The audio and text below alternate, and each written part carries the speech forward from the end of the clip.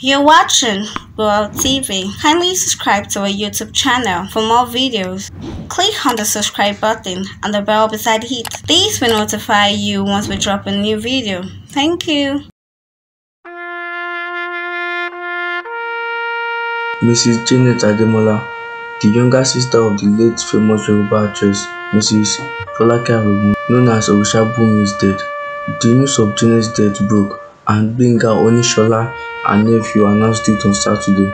Janet, the family's last child, died 3 days after Orishabunmi's death. Steve Onishola, the immediate elder brother of Orishabunmi, reportedly died on Thursday, barely 24 hours after the famous actress died. Onishola, the technical director of Lawrence Kwara Falcons basketball team, passed on after a brief illness at the age of 71.